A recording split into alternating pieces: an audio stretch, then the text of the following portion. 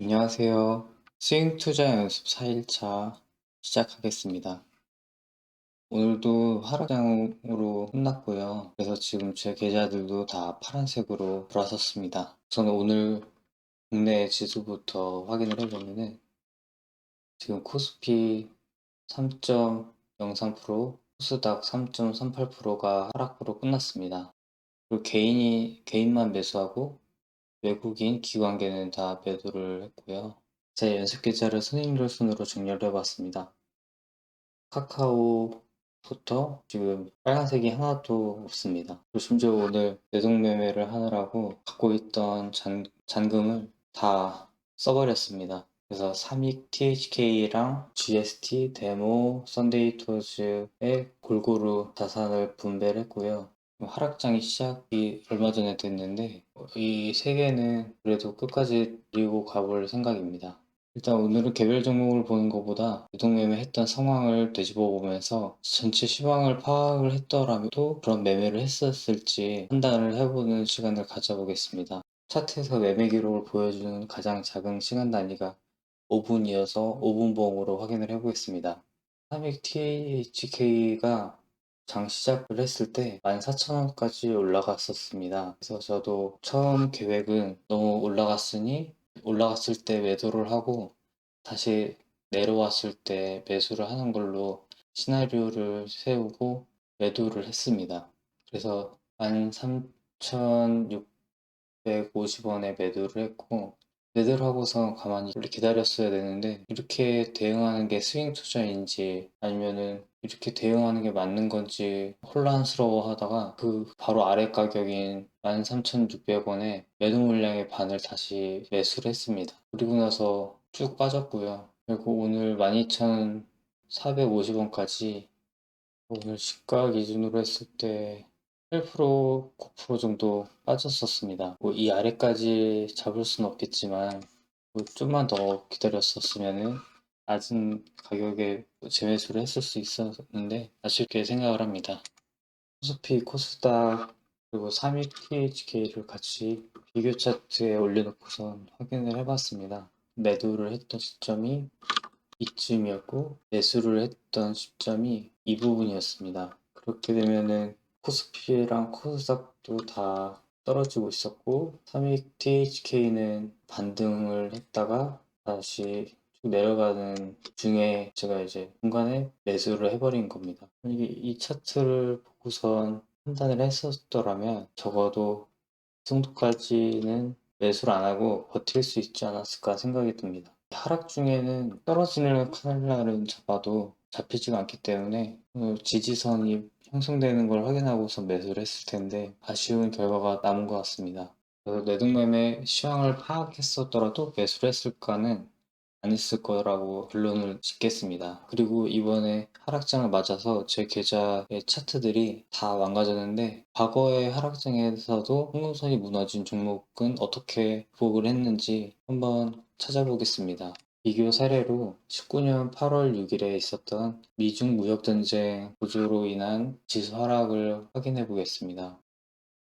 비슷한 사례를 찾았는데 SK 하이닉스입니다. SK 하이닉스도 이 부분에서 상승장을 시작을 해서 올라가다가 갑자기 무역 전쟁이 터지면서 하락을 했습니다. 그러다가 점점 회복을 했는데 이런 식으로 간 걸 보면은 이 무역 전쟁으로 인해서 이 30일선이 기울기가 이렇게 완만해진 거를 확인을 할 수가 있습니다. 그래도 상승세는 멈추지 않고 이 부분에서 조정을 받았었던 걸로 보이고요. 그리고 다른 사례로는 네이버도 있었습니다. 네이버의 차트를 보면은 여기부터 상승장을 시작을 해서 쭉 올라가다가 이날 무역전쟁이 터지면서 하락으로 시작을 하게 됩니다. 그런데 그 이후에 주가의 흐름을 보면은 아무 일 없었다는 듯이 그냥 올라가네요. 다른 예로 셀트리온을 확인해 보겠습니다. 셀트리온 자체도 이제 내려가는 추세일 때 무역전쟁이 터지니까 이렇게 더 내려간 곳에서 시초가를 형성을 했습니다. 그리고 나서 다시 쭉 호흡을 했고요.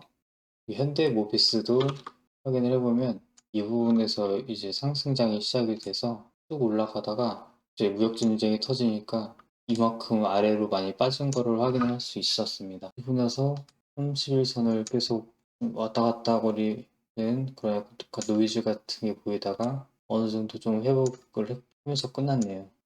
LG전자의 경우입니다. 7월 1일부터 하락을 쭉 하다가 무역전쟁이 터지니까 덮친 데서 덮친 격으로 더 떨어져서 떨어진 가격을 쭉 유지를 했습니다. 그러다가 어느 순간 회복을 하고 올라갔고요. 그리고 NC소프트입니다. NC소프트도 계속 상승장일 때 이때가 무역전쟁이 터진 날인데 장대 양봉에 그다음에 이런 패턴이면 더 올라갈 거라고 생각이 되는데 좀 낮은 시초가에서 형성돼서 매도세를 가져안고 끝났었습니다. 그래도 전체 흐름에서는 큰 영향이 없었고 어느 정도 반영만 된 상태로 끝났습니다. 그리고 이 비교 사례로 아모레퍼시픽입니다. 아모레퍼시픽은 5월부터 떨어지기 시작해서 더 떨어지다가 결국 8월 6일에 정점을 찍었습니다.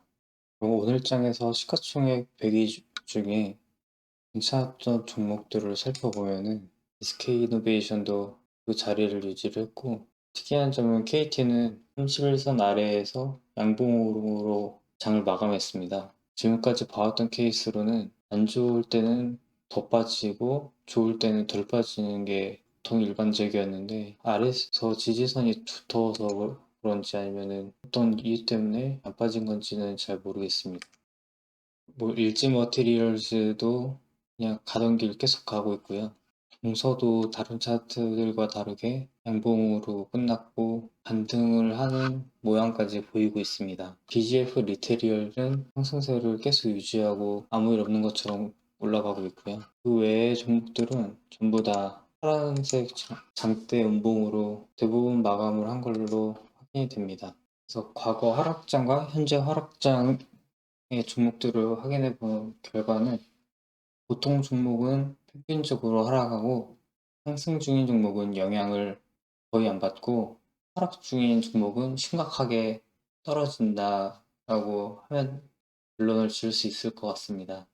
그리고 어제 하락장에서 30일 위에 있는 종목들과 아닌 종목들을 그룹화해서 수익률을 비교해 보려고 구글 시트를 준비했습니다. 첫 번째 게 기준 위에 있는 종목들의 등락률 평균이고 그 다음 게 기준 밑에 있던 종목들의 등락률 평균입니다. 얼추 비슷하게까지 온 걸로 확인이 됩니다. 이번 하락장에서 뇌동매매하지 않고 잘 버텨서 끝에는 수익률을 얻어가는 걸 목표로 운영해 보겠습니다. 감사합니다.